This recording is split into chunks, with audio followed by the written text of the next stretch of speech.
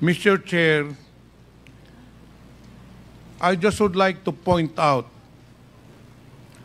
that at the time that General Barayuga was killed, there was an ongoing investigation by NBI regarding the corruption in PSSO, most specifically in the operations of STL, Small Town Lottery. In fact, bago po siya napatay, itong si General Barayuga, according to NBI officer in charge, Eric Distor, General Barayuga was prepared with all the documents, and in fact, he was prepared to testify against the corruption and illegal practices in PSSO. Yun po ang motive bakit po pinatay si General Barayuga.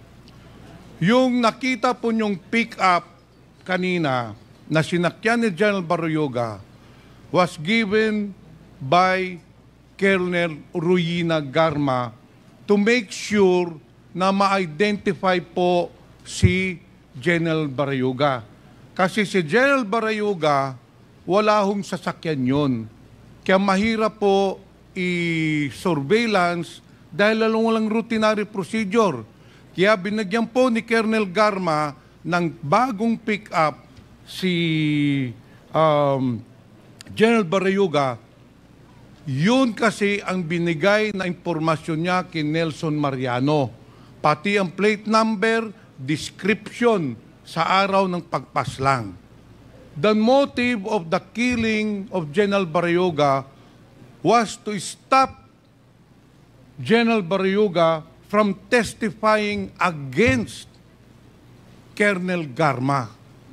Yun po ang totoong nangyari, Mr. Chair. And that is why I would like to recommend to this committee, in the committee report, that we should file the necessary cases against those perpetrators when I cannot let justice not be served to the victims. Mr. Chair, Colonel Ruyina Garma has been involved in the different killings all over the country. In fact, Mr. Chair, si Colonel Garma, nung unang pagdinig pa lang natin, involved na po siya doon sa pagpatay ng 3 Chinese drug lords, which was corroborated by the different resource persons. Nung si Colonel Garma din ay na-assign doon sa Cebu City, there were 198 killings as recorded and as reported by Mayor Tommy Esmeña. And ngayon po, klarong-klaro po na ang mastermind ng pagpatay kay General Barayuga, walang iba po kung hindi si Colonel Garma in cooperation, in cahoots with Colonel Leonardo, based on the testimony of our 2 resource persons. Mr. Chair, Colonel Garma is a woman disguised as a meek lamb, but deep inside her, she is a ruthless killer, killing without mercy innocent people, killing without remorse innocent victims, especially on the war on drugs. Kaya, Mr. Chair, I appeal that we should include in the committee report to file murder charges against Colonel Garma and Colonel Leonardo. Mamaya, ikukwento ko po sa inyo or i-establish po natin, pero base sa salaysay niya, para masigurado natin sino ang nagpapatay, binanggit na kanina ni Colonel Mendoza, at ang pinaka-importante sa lahat, klaklaruhin po natin kung bakit pinapatay ni Colonel Garma si Attorney Wesley Barayuga. So kung mararapatin mo lang, Colonel Mendoza, para mas maliwanagan talaga ang lahat, isa-isahin po natin yung sinumpang salaysay mo. Sinabi mo sa paragraph 2, noong October 2019, nakatanggap ka ng tawag kay Police Colonel Edelberto Leonardo. Bakit kilala mo itong si Colonel Leonardo? Kasi po dati po akong Regional Drug Enforcement Unit ng NCRPO sa panahon po ni former Chief PNP Camilo Casculan, sir. So na-assign ka sa kanya sa Opo, under at his, lahat po ng RDEO chief before, may contact po sa kanya. So kilala mong personal itong si Colonel Leonardo. Opo. Nandito po ba si Colonel Leonardo sa kwartong ito? Pwede mo bang ituro saan dito si Colonel Police Colonel Huberto Leonardo? Opo. Pwede mo Katabi po ituro? ni Sir Patay. So Mr. Chair, the resource Mr. Chair, person. Pakitayo nga at pakituro mo si Colonel Leonardo. Mr. Chair, clearly the resource person has identified Police Colonel Leonardo in accordance with this affidavit. Nung tumawag sa iyo si Colonel Leonardo noong October 2019, anong sinabi sa iyo? Ayun nga po, sabi niya may pakiusap siya kung pwede tulungan ko raw siya sa isang project na to kasi high value target daw po. Ang Pero sinabi niya sa iyo, nagpapatulong siya para sa isang malaking operasyon, sa isang high value target. Opo. Sa pagkakaintindi mo, nung sinabi sa iyo na pinakiusapan ka, ano ba ang ibig sabihin ng operasyon?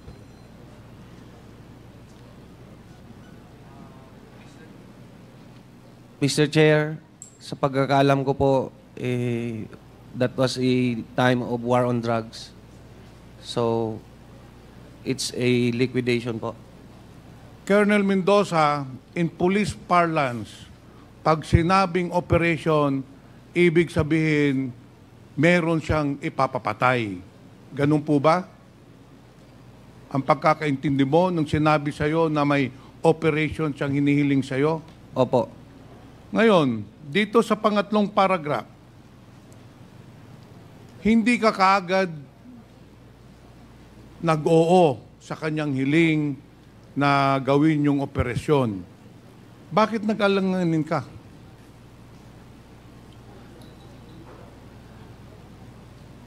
Sir, wala na po ako sa RDEO kasi noon, sir eh. So hindi ko muna sumagot kay Colonel Leonardo na Opo, gagawin mo. Pero nung Pebrero 2020, tumawag na naman si Colonel Leonardo sa iyo at nagbigay na ng karagdagang detalye. Anong detalye yun? Sir, nilagay po nila sa listahan si Sir Wesley Barayoga po. So, in short, Colonel Mendoza, sinasabi ni Colonel Leonardo na yung target ng operation ay walang iba si Attorney Wesley Barayoga. Opo. At nagbigay po sila ng synopsis tungkol sa activity ni Sir Wesley Barayoga daw sa Pero that is very clear, drug Mr. Chair, activities. na fabricated yon para maniwala ka. Kilala mo ba yung Wesley Barayoga?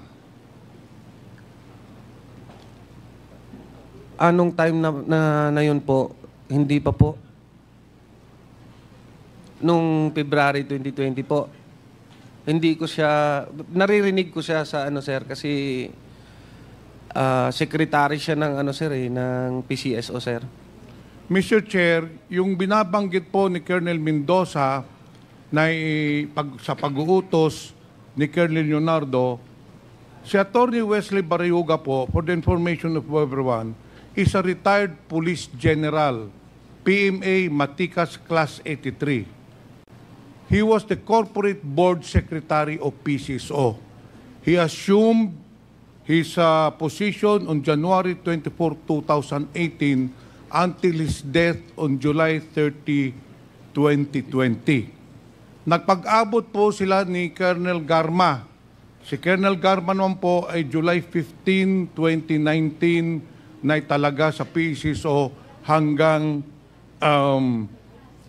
June of 2022. Balikan po natin yung sinampang salaysay mo.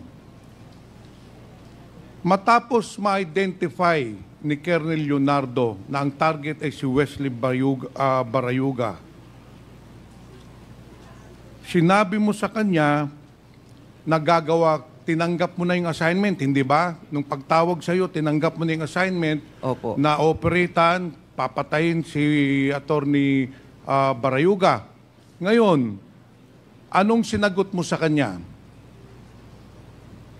Hindi ba sinabi mo sa kanya? Yes, sir na lang po. Hindi ba sinabi mo sa kanya na, Sir, magsa-surveillance ako, i-verify ko muna kung sino yung target. Hindi po ba? Opo. Okay. Kasi nga po, government... Dahil hindi mo kilala yung Wesley Barayuga. Opo. Kaya sinabi mo kay Colonel Leonardo, Colonel, gagawa ko ng sarili kong investigasyon. Pero ang sagot sa iyo ni Colonel Leonardo, ang sinabi sa iyo, hindi mo na kailangan mag-verify o mag-imbestiga dahil bibigyan ka na lang ng profile at saka mga information ni General Manager Garma dahil siya ang nag-utos na ipapatay si si General Barayuga. Hindi po ba? Opo. Okay. Dito tayo sa paragraph 8. So, inutusan ka na ni Colonel Leonardo na patayin si Wesley Barayuga. Tinanggap mo na yung assignment. At nung tanggapin mong assignment, sinabihan ka na ni Colonel Leonardo na maghanda ka na para sa ating proyekto. Anong ginawa mong paghahanda? Sir, nag-recruit po ako ng angkop na tao para po sa trabahong inaatas niya sa akin, sir. Para ma-comply ko po sa kanya. In short, Mr. Chair, si Colonel Mendoza naghanap na ng tao na gagawa nung pagpaslang kay General Barayuga. Hindi ba, Colonel Mendoza? Yes, Your Honor. At sino pong nahanap mo na makakatulong na gawin yung pagpaslang kay General Barayuga? Your Honor, ang nakita ko po si Nelson Mariano po. Ipakituro nga dito, Mr. Chair, Colonel Mendoza, sino si Nelson Mariano? Ayang katabi mo. Ito po si Nelson Mariano. Anong sinabi mo kay Nelson Mariano? Ang sabi ko sa kanya na maghanap siya ng angkop na tao para sa trabahong to, Your Honor. In short, sinabihan mo si Mr. Nelson Mariano maghanap na ng hitman. Opo. Maghanap na ng hitman na siya ang papatay kay General Barayuga. Hindi po ba? Opo, Your Honor. Bakit mo kilala itong si Nelson Mariano? Isa ko po siyang informant nung dati po sa regional, nung nasa RDEO pa po ako ng NCRPO. Bakit Colonel Mendoza siya ang napili mong na maghanap ng hitman? Kasi po, sa pagkakalam ko, siya yung may kapasidad at may network po sa ganitong larangan ng trabaho po. So sa pagkakaalam mo, si Nelson Mariano maraming kilala ng mga guns for hire, hindi po Opo, ba? opo. Ito ay nangyari nung lahat ng ito, yung pagpaplano, pagkontak kay Nelson Mariano, ay nangyari bago dumating ang COVID pandemic, hindi po ba? Opo. So ang nangyari, hindi natuloy yung proyekto. Hindi natuloy yung operation, nagantay kayo ng ilang buwan. Opo, Kasi Your Honor. nag-lockdown na nung pandemic, hindi po ba? Opo. Okay.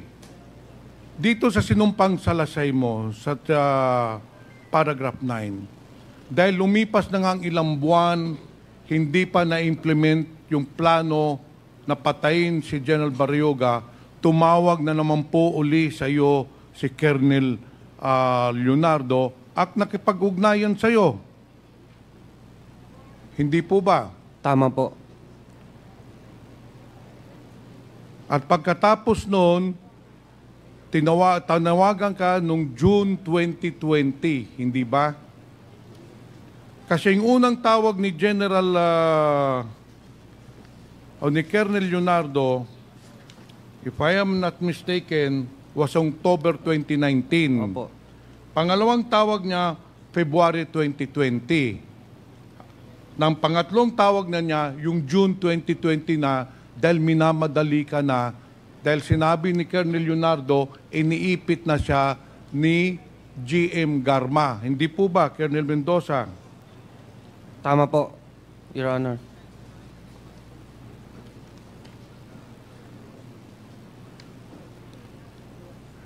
Ngayon, nung na-contact mo na si Colonel Nelson Mariano, tumawag uli sa iyo si Colonel Leonardo at sinabihan ka na may isang taong nagngangalang Tox na tatawag sa iyo, hindi ba?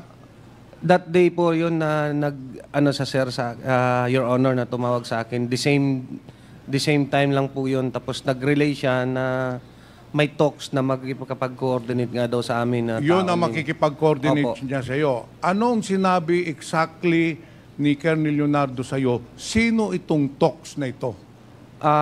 Si Tox daw po, bata ni Ma'am Garma. Kung sa pagkakaalam ko ang driver security. Mr. Chair, kung hindi ako nagkakamali, itong Tox ay yung Tox na pinakita na litrato ni Chairman Dan Fernandez kanina, who is still employed with the PCSO, and sabi na nga ni Colonel Mendoza, tao at bata ni Colonel Garma. Nung tinawagan ka na ni Tox, anong sinabi sa iyo?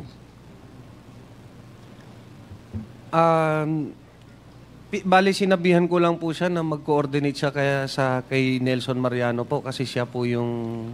So, nung tumawag sa isa Tox, sinabi mo, si Nelson Mariano na lang ang kausapin. Opo. Pupunta po tayo doon mamaya.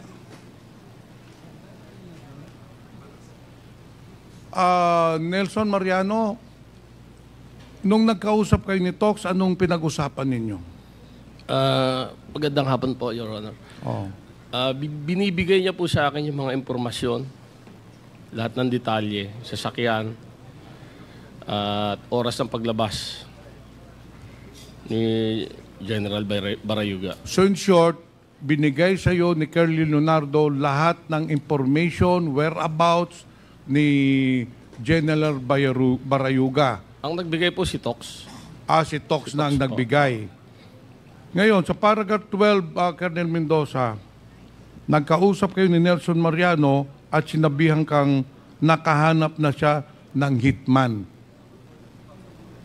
Ano ang pangalan ng hitman na nahanap niya? Ang sabi ni Nelson, alias Luloy daw po. Alias Loloy. Opo. Ano naman ang sinabi ni Colonel Leonardo sa iyo, magkanong ibabayad doon sa hitman na si Loloy? 300,000 daw po galing kay Ma'am Garma. So very clear na sinabi niya yung 300 piso na ibabayad kay Loloy, na yun ang papatay kay kay General Barayuga, ay manggagaling kay Colonel Garma. Yung po ba? Opo, Your Honor. Mr. Chair, the plan was set from the very beginning.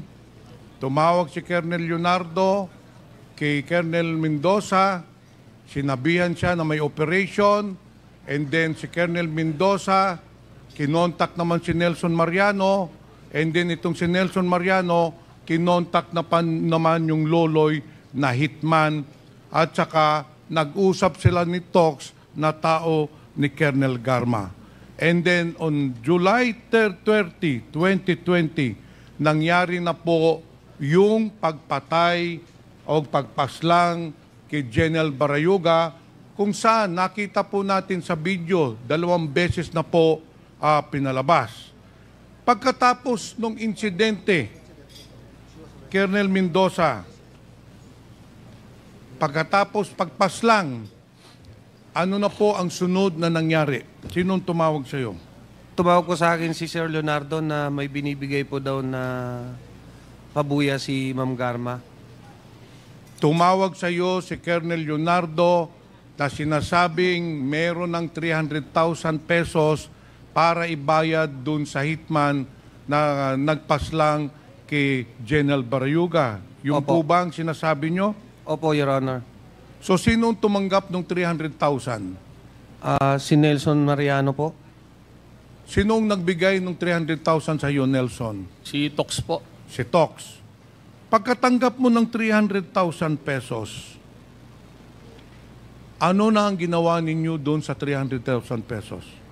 Tinago ko po yung 60, binigay ko kay Colonel Santi yung 40. Yung 200, binigay ko kay Loloy sa Santa Mesa. Itong si Tox, kung makikita ninyo, ay makikilala pa ba ninyo? Opo. Mr. Chair, since we already have the picture of this Tox, who is allegedly a person of interest, dahil ito ang nag-contact kay Nelson Mariano, nagbigay ng order na patayin si General Barayuga, at ito rin po ang nagbigay ng pera na 300,000 pesos. Mr. Chair, I just would like to point out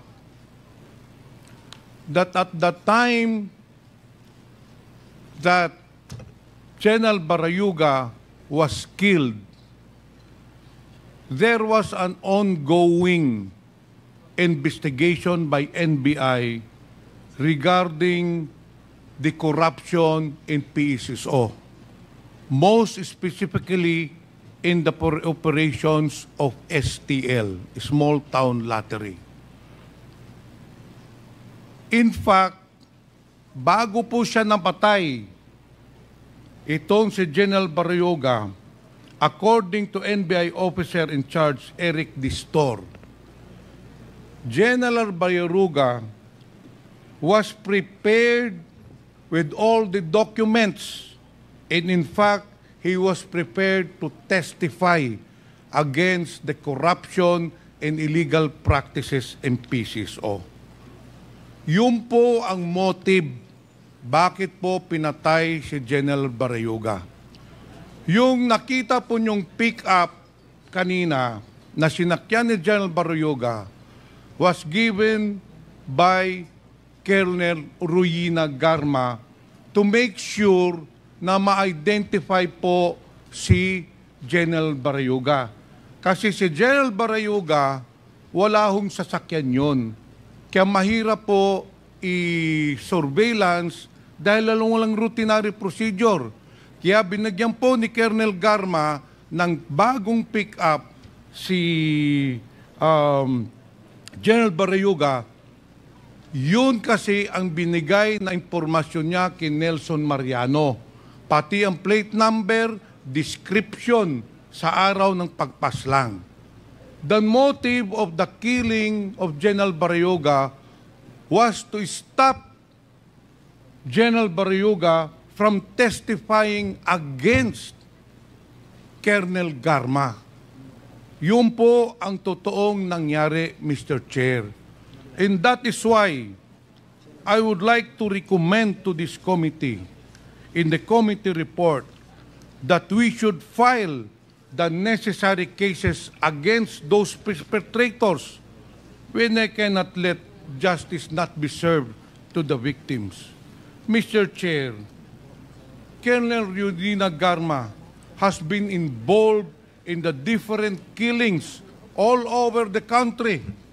In fact, Mr. Chair, si Colonel Garma, nung unang pagdinig pa lang natin, involved na po siya doon sa pagpatay ng 3 Chinese drug lords, which was corroborated by the different resource persons. Nung si Colonel Garma din ay na-assign doon sa Cebu City, there were 198 killings as recorded and as reported by Mayor Tommy Esmeña. And ngayon po, klarong-klaro po na ang mastermind ng pagpatay kay Colonel kay General Baryoyoga walang iba po kung hindi si Colonel Garma in cooperation, in cahoots with Colonel Leonardo based on the testimony of our two resource persons.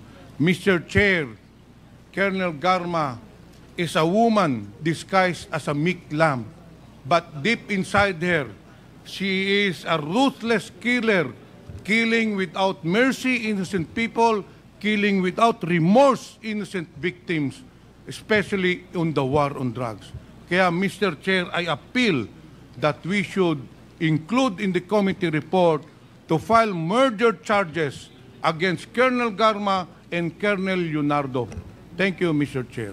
Thank you, Congressman Pimentel. The manifestation of Congressman Pimentel will be noted and his recommendations will be taken in and be written in the committee report once the committee terminates its hearing.